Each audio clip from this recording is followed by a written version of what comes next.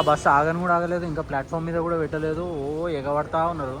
ఆ లోపల ఉన్న ప్యాసింజర్స్ కూడా దిగలేరు ఇంకా. ఊరు ఏంది ఇది బస్సా లేకపోతే ఏంద్రా నాయన ఇంతమంది ఉన్నారు ఈ బస్. అండ్ 690కి వీళ్ళు వచ్చేసి ఈ టైప్ ఆఫ్ సర్వీస్ అయితే ఇస్తున్నారు అనమాట.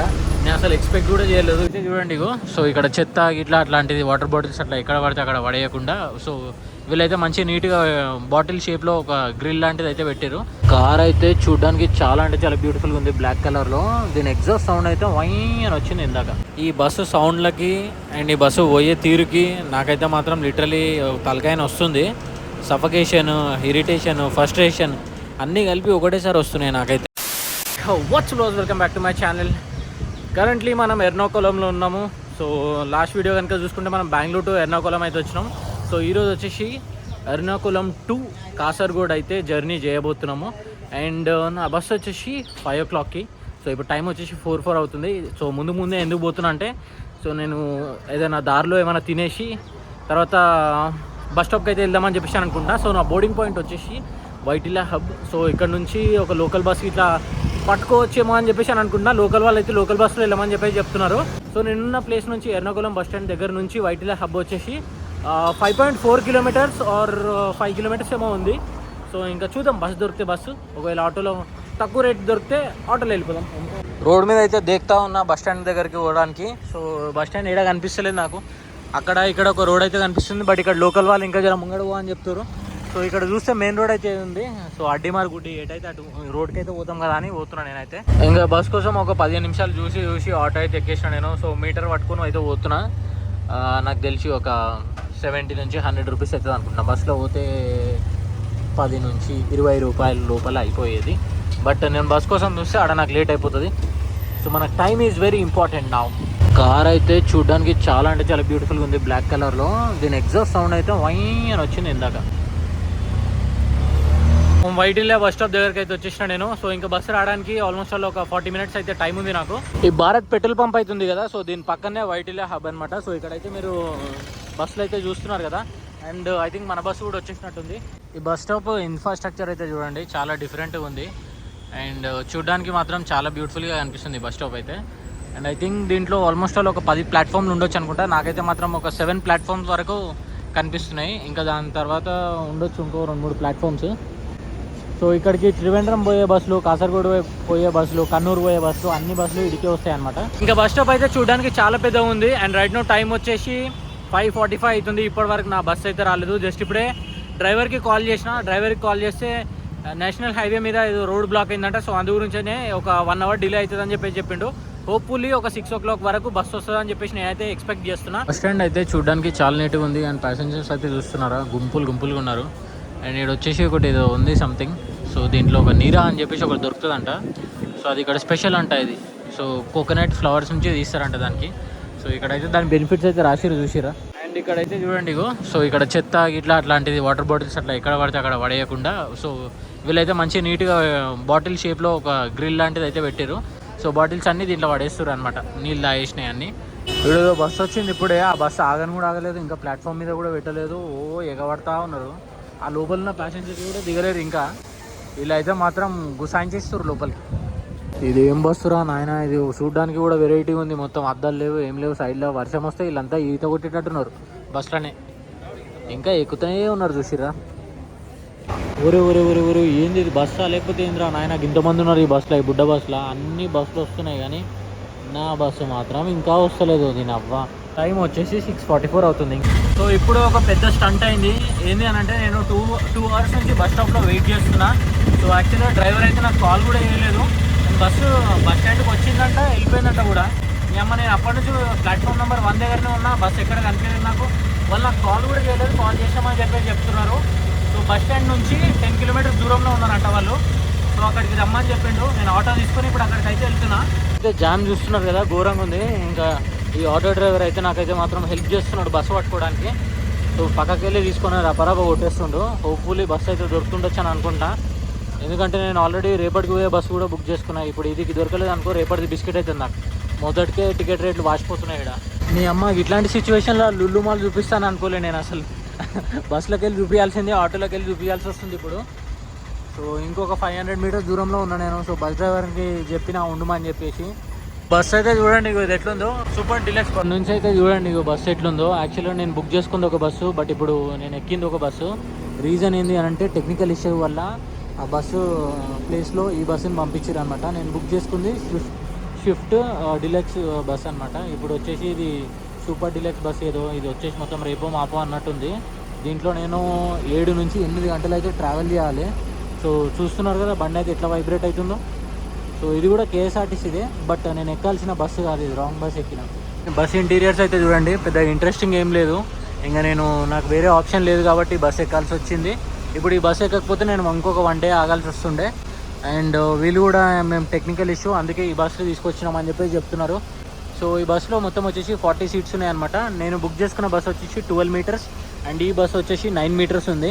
ఇంకా ఈ బస్సు రూట్ వచ్చేసి అలిపి మీదకి వెళ్ళి స్టార్ట్ అయ్యి ఎర్నాకుళం, వైటిల్యా, త్రిశూర్, కోజికోడ్, కన్నూర్, కాసర్గోడ్, మ్యాంగ్లూరు, ఉడిపి, కొల్లూరు దాకా పోతుంది అనమాట. మనం దిగాల్సింది కాసర్గోడ్లో. సో బస్సు టైంకి ఇట్లా వచ్చి ఉంటే 2 గంటలకు 2:15కి నేను రీచ్ అయ్యేది.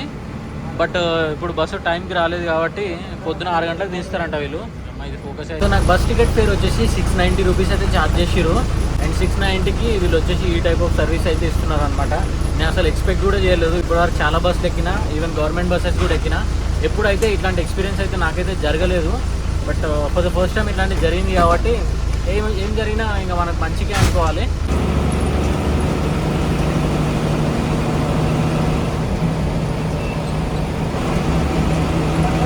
ఈరోజు కవర్ చేయబోయే డిస్టెన్స్ వచ్చేసి 350 కిలోమీటర్స్. ఈ బస్సు సౌండ్లకి అండ్ ఈ బస్సు పోయే తీరుకి నాకైతే మాత్రం లిటరలీ తలకాయన వస్తుంది.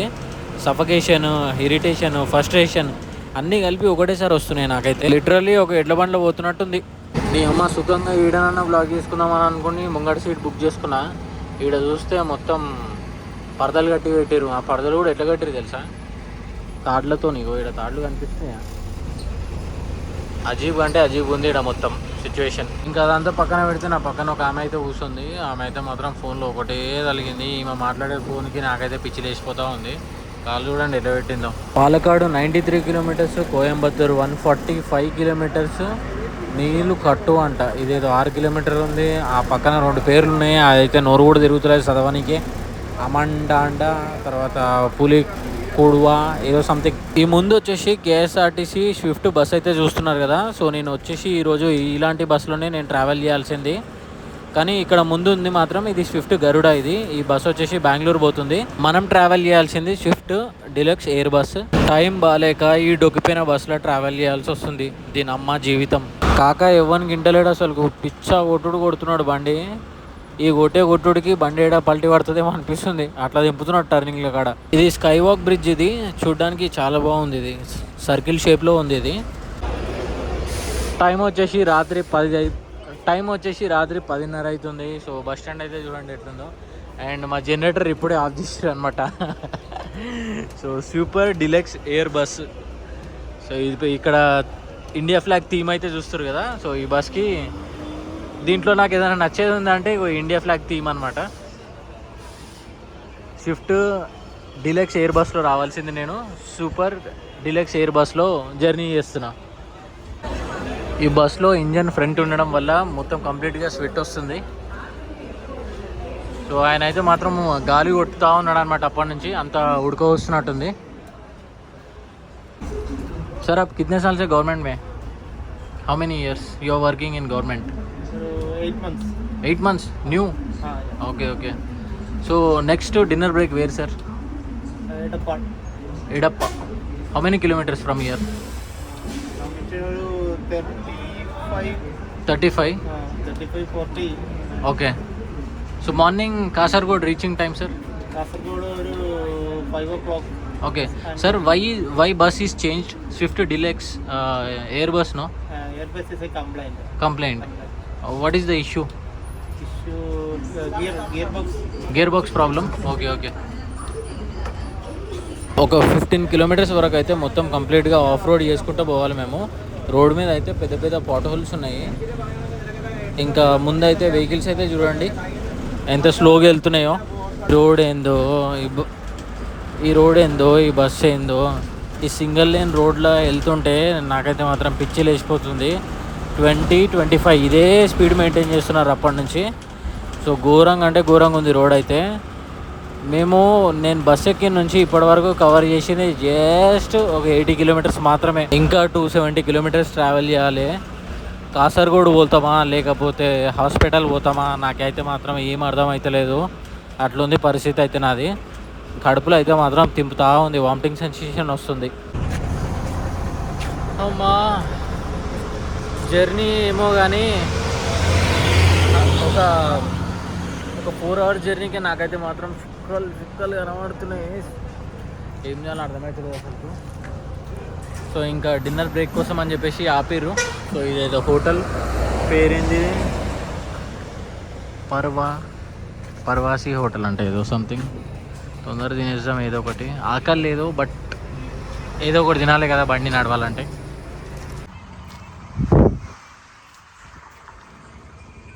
కొంచెం పార్ట్ ఆఫ్ ద కేరళ వచ్చేసి శ్రీలంక లాగానే ఉంటుంది. శ్రీలంక అండ్ కేరళ రెండు కొంచెం సిమిలర్గానే ఉంటాయి, కొంచెం చాలా ఎక్కువ ఉంటుంది. ఇక్కడ పార్కింగ్ దొరకడం చాలా కష్టం అన్నమాట. ఇగో ఇట్లా డైరెక్ట్ రోడ్ పక్కనే పెట్టేసారు. రోడ్ ఉన్నది చిన్నగా అంటే రోడ్ పక్కనే బస్సులు పెట్టేసారు పార్కింగ్లో. రోడ్ ఉన్నది చిన్నగా అంటే రోడ్ పక్కన బస్సు పెట్టేసారు. అసలు ఈ బస్సుని సరిగా చూపెట్టలేదు కదా మీకు. చూడండి ఫ్రంట్ నుంచి అయితే ఈ విధంగా అయితే ఉంది.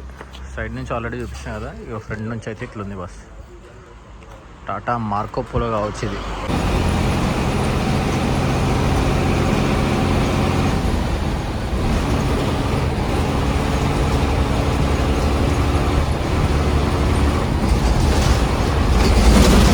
టైం వచ్చేసి 6:53 అవుతుంది. ఇంకా పోతూనే ఉన్నాం మేము. లెక్క ప్రకారం కాసర్గోడ్ రీచ్ అవ్వాల్సింది బట్ ఇంకా రీచ్ అవ్వలేదు. వర్షం అయితే దంచుతూ ఉంది అప్పటి నుంచి.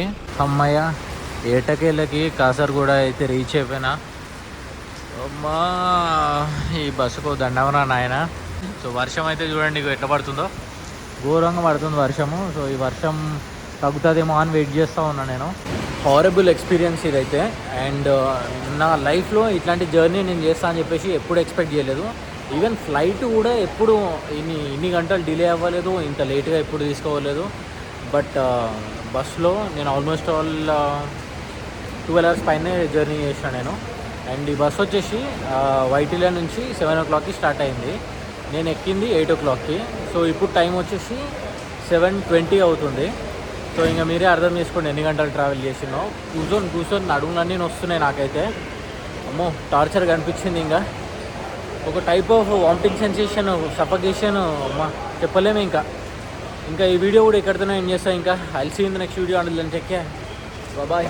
ఓపిక లేదు అసలు.